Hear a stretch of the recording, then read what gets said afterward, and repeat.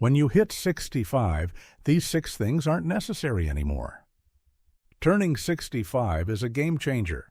It's a milestone that comes with some surprising truths about aging that could completely flip your perspective. Have you ever felt the pressure to keep up with the latest trends, to attend every social event, or to apologize for every little thing, even when it's not your fault? Now, picture this. At 65, you're granted the ultimate freedom to let go of all those expectations. No more trying to fit into someone else's mold. Imagine being able to say no without feeling guilty, tuning out the negative news cycle and wearing clothes that feel as comfortable as they are stylish. Because who needs to impress anyone at this point? Now let's talk about the real luxury of growing older. Being able to speak your truth without the fear of offending and stopping the constant cycle of unnecessary apologies. Sounds liberating, right? Well, it is. Stick around because today we're going to dive into 6 habits that people over 65 have joyfully left behind, each one replaced by a sense of peace, freedom, and authenticity. So grab a cup of tea, throw on your favorite pair of slippers, and let's get real about why your golden years might just be the perfect time to finally live life on your terms. 1. Stop keeping up with trends. For most of our lives, we hear a steady drumbeat. You've got to stay relevant. This idea usually translates to rushing out for the latest phones, the flashiest outfits, and the cutting-edge gadgets that promise to make our lives easier or at least make us look cooler. But when you cross that 65-year mark, something interesting happens.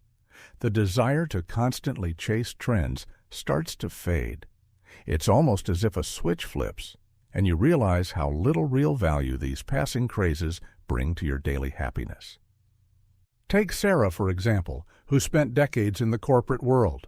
She felt pressured to maintain a sharp contemporary image, always updating her phone, laptop, and wardrobe. She'd measure her success by how frequently she could swap out her accessories for something newer. Yet, when Sarah finally retired, she noticed how much of her time, money, and energy had been consumed by trends she no longer cared about. Did her colleagues or friends truly think more highly of her for having the latest smartwatch? Probably not as much as she believed. The real transformation came when Sarah let go of the idea that her self-worth was tied to external appearances. She decided to keep her favorite phone, an older model that still worked perfectly, and updated her wardrobe only when necessary. Guess what happened next? She found more time for knitting, daily walks, reading classic literature, and connecting with family. No more hours spent comparing specs on gadgets or flipping through style magazines. Instead, she channeled her energy into pursuits that genuinely fulfilled her. By stopping the endless chase, she discovered a tranquility that was previously overshadowed by shallow concerns.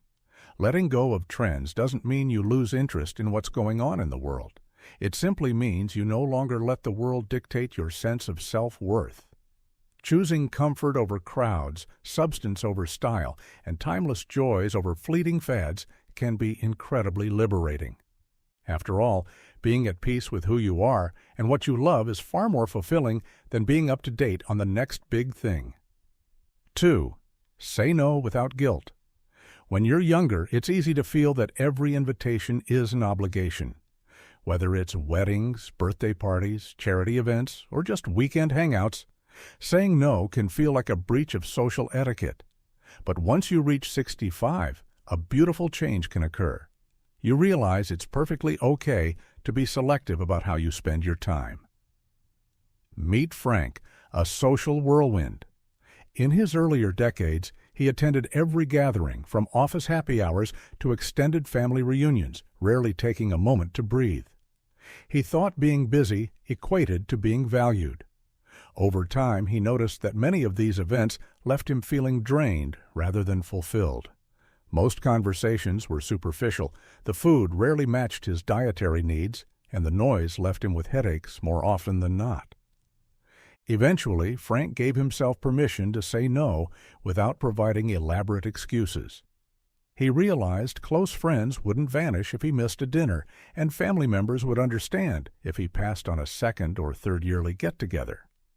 Unexpectedly, by declining more invitations, Frank began to enjoy the ones he did accept far more. He showed up with genuine enthusiasm, fully present and energized.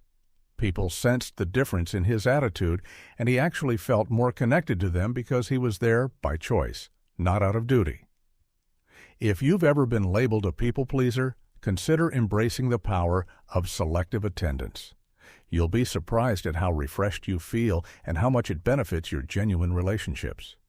Once you allow yourself to say, "Thanks, but not this time," quality over quantity becomes a guiding principle, and the guilt that once gnawed at you simply fades away. 3. Dump the perfect routine.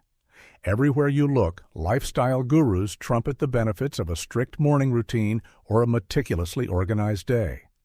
Wake up at 5 a.m., do a 20-minute yoga flow, brew organic coffee, check off your to-do list, and repeat. While routines can be helpful, they can also become suffocating as we age, especially when there's no real need to keep sprinting on that hamster wheel. Margaret, at 67, found herself following a disciplined schedule even after retirement. Why? Because she'd always been told that staying regimented was the key to aging well.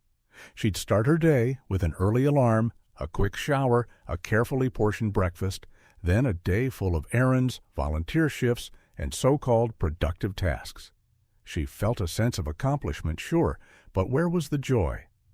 One morning, she hit snooze just once and found herself rising at a gentler hour. That small deviation sparked a larger realization. She didn't have to do everything on autopilot. Some days she wanted an hour of reading in bed. Other days she felt like taking a walk in the afternoon sunshine. Instead of doing it at 7 a.m. freed from the tyranny of her checklist, she discovered a deeper sense of satisfaction. Embracing flexibility allowed Margaret to rediscover hobbies like painting, escapes, and learning to bake bread from scratch. She grew more spontaneous with her time, stepping back from the belief that every day must be a perfectly orchestrated production. The conclusion?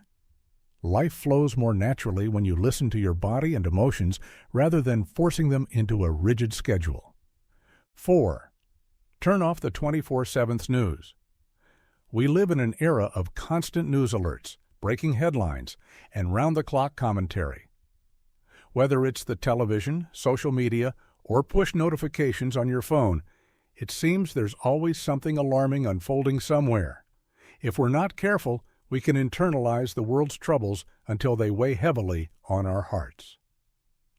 Leonard, now 69, grew accustomed to ending each day in front of the TV, absorbing every grim detail about economic meltdowns, political squabbles, and global conflicts. He convinced himself that staying informed was his civic duty, yet over time he noticed his mindset veering into gloom. He felt powerless and anxious, as if the negativity from these broadcasts seeped into every corner of his life. One day, Leonard decided to temporarily cut out nightly news. Instead of sitting with the anchor's grim expressions, he started reading uplifting novels, calling friends to chat, or watching classic comedies. He realized that significantly fewer negative thoughts occupied his mind. Surprisingly, when major events did happen, he still found out about them through friends or a quick scan of headlines. He hadn't become uninformed. He'd simply taken control of how and when he digested information. The takeaway is that refusing to drown yourself in 24/7 updates isn't ignorance. It's self-care. By putting boundaries on news consumption, you protect your emotional well-being and open space for hobbies, personal growth, and genuine connection with people who matter in your daily life. 5. Don't overdo the politeness. Many of us were raised to be polite to a fault. We nod and smile even when we disagree or feel uncomfortable. We go along with plans rather than risk appearing rude. But there comes a time, often after 65, when this veneer of forced politeness loses its appeal and you realize honest communication is far more rewarding. Estelle was once the poster child for politeness. She'd never criticize a friend's choices, never voice her frustrations about neighbors' noise, and never ask her adult children to give her privacy. She believed unwavering politeness kept the peace, but inside she felt overlooked and bottled up. By never expressing her true thoughts, Estelle found people assumed she was always fine with whatever. They rarely asked her preferences because she'd never voiced them. Eventually, after noticing how one-sided many relationships felt, Estelle decided to speak her mind more often. Did it create tension at times? A bit. But she discovered that her genuine friends and family respected her honesty and appreciated knowing how she truly felt. Neighbors adjusted their noisy habits once they understood it bothered her. Her adult children started asking, "Mom, do you want us to stay for dinner, or would you prefer some alone time?" By relinquishing the role of perpetually agreeable host, Estelle built healthier, more authentic connections. Sometimes a measured dose of candidness can open doors that relentless politeness keeps locked. 6. Limit the apologies. Have you ever caught yourself saying, "I'm sorry for things that aren't even your fault"? If so, you're not alone. We apologize when someone else bumps into us or if our opinion seems even slightly different from the group. It's almost a reflex to minimize our presence or not inconvenience anyone else. George, 70, used to apologize so frequently that friends teased him about it. If he occupied a seat someone else wanted, if he spoke for 5 seconds too long, if he asked a waiter to correct a wrong order, he'd be apologizing up and down. Subconsciously, he felt he was in the way. But as George looked around, he noticed others confidently took their space in the world without apologizing. Was he truly at fault for every small mishap? Eventually, George decided he'd only apologize for actual mistakes, when he'd truly hurt someone or broken a promise. For lesser grievances, a quick "excuse me" or "pardon me" suffices. Remarkably, his relationships improved. People saw that George was no longer timid or self-effacing, which made them treat him with greater respect. He discovered that a well-placed apology carries far more weight when it's used sparingly and sincerely, rather than tossed around for every tiny bump in the road. In conclusion, let's take a moment to recap. You don't need to chase every trend or automatically say yes to every invitation. You can safely dismiss the notion of a perfect daily routine, tune out the relentless news cycle, replace excessive politeness with honest communication, and stop apologizing for being yourself.